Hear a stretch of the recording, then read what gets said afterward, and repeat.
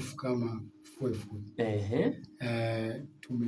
Tutapandisha bendera kwenye matembezi hayo kwa mzee wetu muasisi, bendera ya Chama cha Mapinduzi. Ndio. Tutaenda kubandika bendera, kuweka bendera hiyo kwa muasisi wetu Benson Mwakitimbani Fungo. Mzee huyo yupo kwenye Chama cha Mapinduzi ni wa muda mrefu sana. Na huwa miaka yote toka sisi tunazaliwa tunamuona bendera huwa anaziweka. Maana upandishaji wa bendera mnatafsiri kitu gani ya chama kwa nyumbani kwa mzee? Nyumbani kwa huyo mzee kwamba ni muasisi na ni mpenzi wa Chama cha Mapinduzi, na huwa alikuwa anakipambania chama hata kikiwa kwenye wakati mgumu.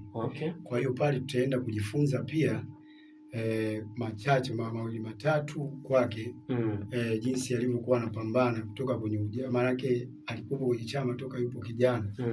Na sisi ni vijana pia tutaenda kuchukua mawili matatu pale kwa mzee wetu mpaka amefikia hatua hiyo, na vitu alivyokuwa anapambana navyo anakutana navyo kwenye chama mpaka amesimama na hajawahi kukitupa chama wala kukiacha. Maanake mnamtafsiri kama hazina kwa vijana wa Chama cha Mapinduzi, sio? Ndio.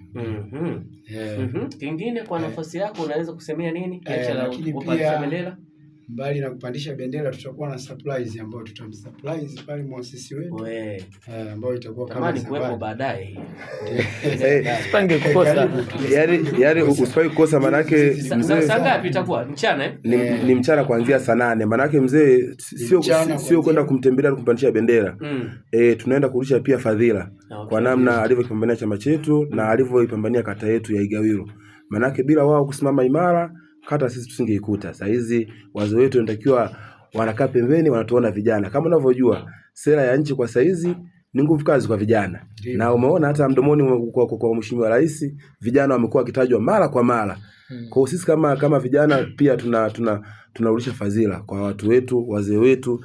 Lazima twende na mazagazaga ya kutosha. Tunasema sisi vijana ndio jeuri ya chama. Ndio jeuri ya chama. Yaani vijana ndio jeuri ya chama. Kwa hiyo tutakuwa pale kwa mambo hayo. Maana ni kubwa sana kwenye kata ya Igawilo. Lakini kwenye session ya pili kama nilivyosema